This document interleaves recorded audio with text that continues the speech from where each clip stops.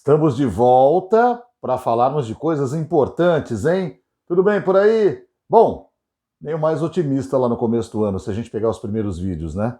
O São Paulo está na final da preparação para a temporada, o Campeonato Paulista. É um dos objetivos quando você está ali, né? Se preparando, criando um time para poder disputar competições importantes depois. Se puder chegar na final, disputar e vencer, melhor ainda. Se não conseguisse, estava dentro do quadro também. Estava tudo certo. O importante era ter, depois disso, competência, né? Capacidade para poder disputar torneios mais importantes.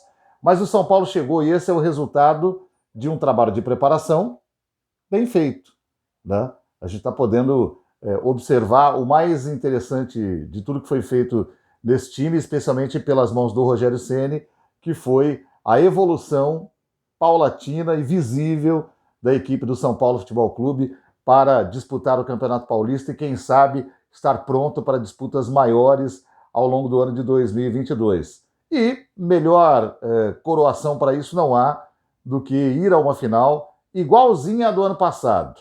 São Paulo e Palmeiras, 2021, Palmeiras e São Paulo, 2022, repetem a dose para decidir o campeonato do estado de São Paulo. Bom, alguns destaques que a gente tem para falar dessa semana toda da final que vem aí, começando por ontem, por uma vitória irrepreensível do time do São Paulo, que não fez uma partida espetacular, mas que fez o suficiente para conseguir ganhar de um rival importante como o Corinthians e comprovou que o seu trabalho de evolução, que eu chamei aqui de evolução paulatina, é realmente muito bem feito. E se o São Paulo não tem peças tão valiosas, talvez, como as da equipe do Palmeiras, e até mesmo algumas da equipe do Corinthians de ontem, o São Paulo tem um trabalho de conjunto, um trabalho coletivo dos melhores já feitos nos últimos anos.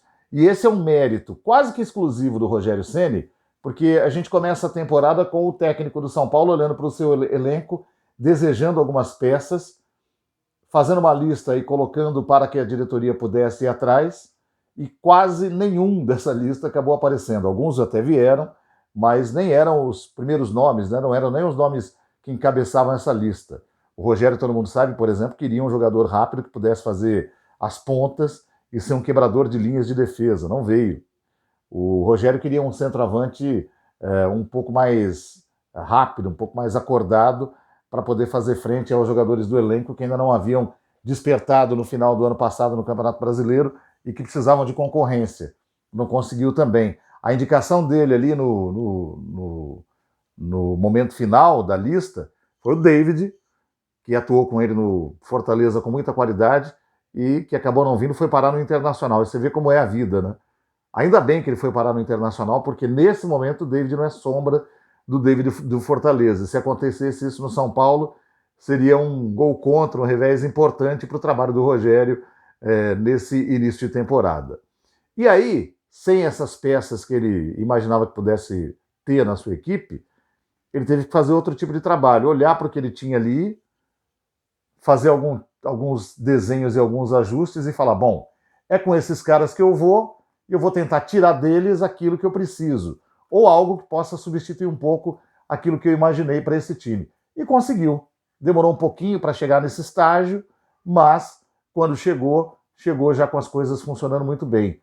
Por isso que ele merece todas as homenagens possíveis por ter trazido o São Paulo até aqui.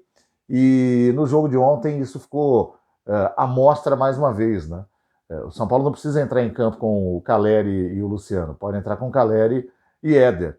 Foi um cara que quase foi embora, mas disse, não, deixa eu ficar aqui porque eu quero mostrar que eu tenho algum potencial para ainda disputar uma vaga por aqui. Ficou, atendeu às exigências do São Paulo com relação ao seu contrato e hoje é um cara que quase sempre começa os jogos.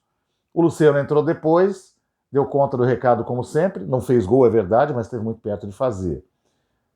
Aí você tem o aproveitamento da base, né, que acho que é o grande assunto, a grande notícia são paulina desse começo de ano.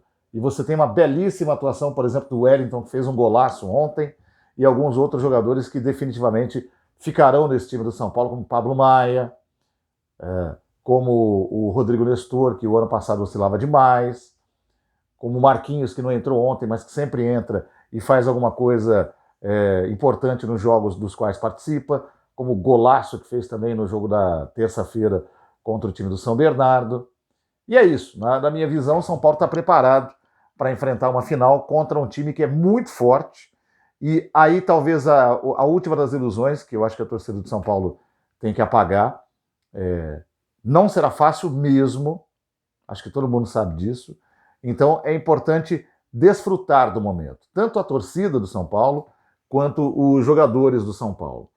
Aliás, eu espero que seja isso que o Rogério possa transmitir a eles nas suas conversas nos próximos encontros aí da semana, nos treinamentos, até quarta-feira, quando tem o primeiro jogo.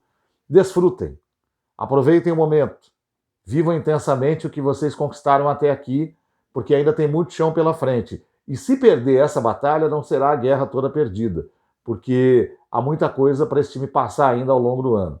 Mas, sinceramente, eu acho que o São Paulo chega tão bem de espírito nessa disputa, que eu acho que o mental, mais uma vez, tão falado aqui nas nossas conversas, vai acabar ajudando o São Paulo mais uma vez. E, dependendo do que acontecer na quarta-feira, 9h40 da noite no Morumbi, as coisas ficaram muito bem encaminhadas para o domingo, lá no Allianz Parque, a grande final deste campeonato. E eu acredito que o São Paulo consiga fazer um bom papel na quarta-feira, por isso acredito que o título não é algo impossível, nem completamente distante. Mas eu acho que é preciso retirar todas as ilusões, tanto da equipe, quanto da torcida também, que está feliz da vida, está empolgada, e o torcedor ele não tem muito filtro, né? Ele já diz, agora vamos ganhar tudo, ninguém segura, de certo modo é real, mas se a gente for olhar para o lado mais lógico das coisas, a tendência é o Palmeiras ganhar esse título, já está trabalhando com muita qualidade antes do time do São Paulo, apesar de ter tido compromissos aí no meio do calendário, serviu também para ajudar o próprio Palmeiras até a melhorar o seu nível. Estou falando do Mundial de Clubes contra o Chelsea, e o Abel Ferreira, me parece, não quis, não digo dispensar o Campeonato Paulista, mas não quis passar uma imagem parecida com a do ano passado de desinteresse do torneio, né? Fez o seu time levar a sério a competição, e não é à toa que o Palmeiras está na final, sem ter perdido nenhum jogo, feito a maior pontuação da primeira fase, somadas as outras duas fases também continua assim, e vai ser um adversário duríssimo. E se ganhar, não será injusto.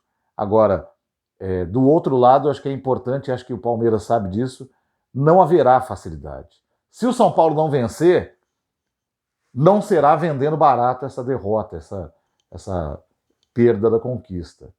E eu acho que isso é um ponto bem positivo para um time que no começo do ano não tinha fé de quase ninguém. Quarta-feira o primeiro jogo, estádio do Morumbi, 9h40. Tem aquelas polêmicas idiotas que sempre acontecem, especialmente em campeonatos como os estaduais, a gente vive falando aqui, né? É mais um motivo pelo qual eles poderiam deixar de existir ou existir bem timidamente, que foi essa história da final no domingo, no Allianz Parque ou não. Então ficou uma discussão áspera, na minha visão, à toa, porque o São Paulo tinha razão em querer disputar a final no domingo, independentemente do lugar, e o Palmeiras tinha razão de querer disputar na sua casa,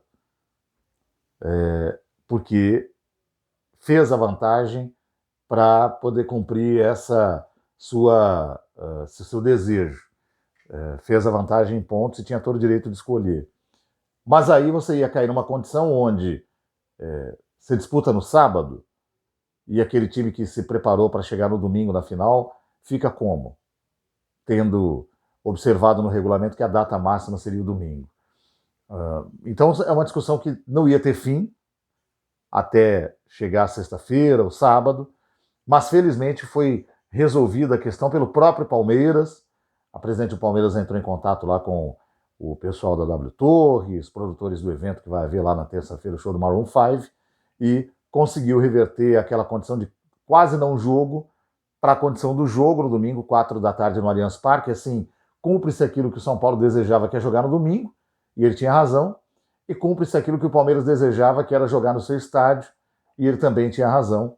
E assim a gente termina a polêmica antes da hora e vai todo mundo para o jogo, que é o que interessa, para ver quem é que consegue levantar essa taça, quem é que vai ser o dono justo do Campeonato Paulista de 2022. Eu espero que seja o São Paulo. Acho que o São Paulo tem uma grande chance, sim. Até acredito que seja. Só não estou me iludindo demais. Espero que ninguém se iluda também. Essa é a nossa conversa para hoje aqui. Agradecendo a todo mundo que esteve com a gente até aqui. E ao longo da semana a gente conversa também, já depois do primeiro jogo, um outro papo para a gente abordar o que vem aí pela frente, na final do Campeonato Paulista e no restante do ano, na caminhada tricolor em 2022, hein? Valeu, gente! E vamos em frente!